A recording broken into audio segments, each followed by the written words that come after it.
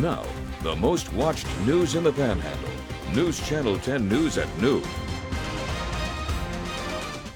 Thanks for joining us for the news at noon. I'm Jake Garcia. 36 ISIS members are dead after the United States dropped the country's most powerful non-nuclear bomb in Afghanistan yesterday. The attack was carried out in a remote mountainous area where there had been fighting in recent weeks between Afghan forces and ISIS militants. Several ISIS caves and ammunition supplies were destroyed. The U.S. estimates between 600 and 800 ISIS fighters are present in Afghanistan. The U.S. has concentrated heavily on combating them while supporting the Afghan forces while they battle the Taliban. President Donald Trump called Thursday's operation a very, very successful mission.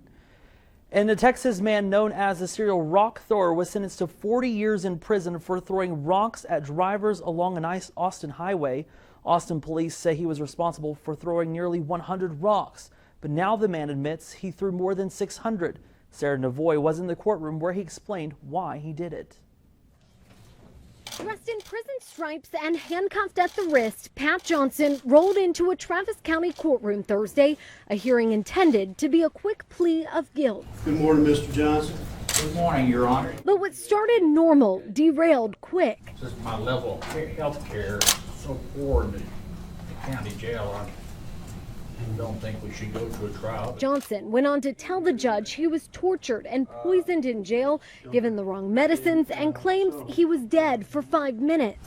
I don't think I can withstand waiting any longer, sir, because I cannot survive under what they're doing to me. Johnson also claimed to have sent the judge several emails. I think this plea's going to come undone because he's leading the impression of the people that are listening that he's being forced to plead because they're not paying attention to his medical issues. And now he's saying that he's communicated with me and he has not. Johnson admitted to throwing the rocks, but says he wasn't in the right state of mind, that AIDS made him do it.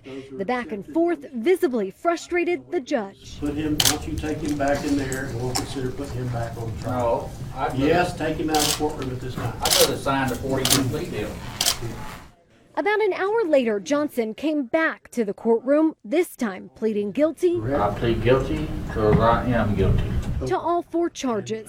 The judge sentenced Johnson to 40 years. Then again, there was never ever any intention to harm anyone.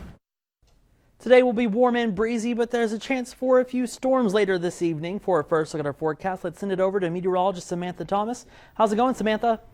Not so bad for the afternoon hours, warming up nicely out there. We are seeing some passing clouds, see a little bit of sunshine through the later part of our afternoon, and then we'll see that chance for some isolated storms as we head through the evening hours. Temperatures right now are in the 60s and 70s, a little bit cooler off to the southwest where we're seeing some heavier cloud cover this morning, but warming up nicely up to the north. Temperatures warming into the lower to mid 70s across the area. We are seeing some breezy winds though. The winds are going to continue as we head through the rest of the day. These are our wind gusts for the past hour, so we can see wind gusts a little bit calmer to the south. We are seeing gusts up to about 41 miles per hour in Guyman, 32 in Dumas, 23 in Burgers. We'll continue to see some breezy conditions through the afternoon hours, continuing overnight into Saturday. Highs today going to be in the 70s and 80s, and then overnight lows are going to be mild in the 50s, and we'll see that chance for some storms. I'll have that update on when we could see those storms across the area coming up throughout the show.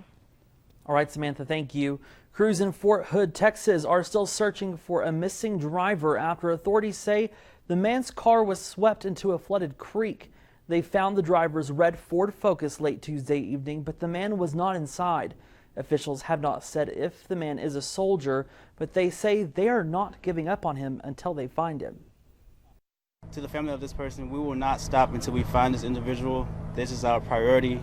We come together, this builds cohesion with not only Fort Hood, but the surrounding cities around, and we will not rest until we find this individual. Crews responded to 3 other reports of people and vehicles caught in high water as storms pushed through Monday night and to early Tuesday, but they were all able to get to safety. Here are some of the things happening in your community. In honor of the Easter holiday, a few offices will be closed today.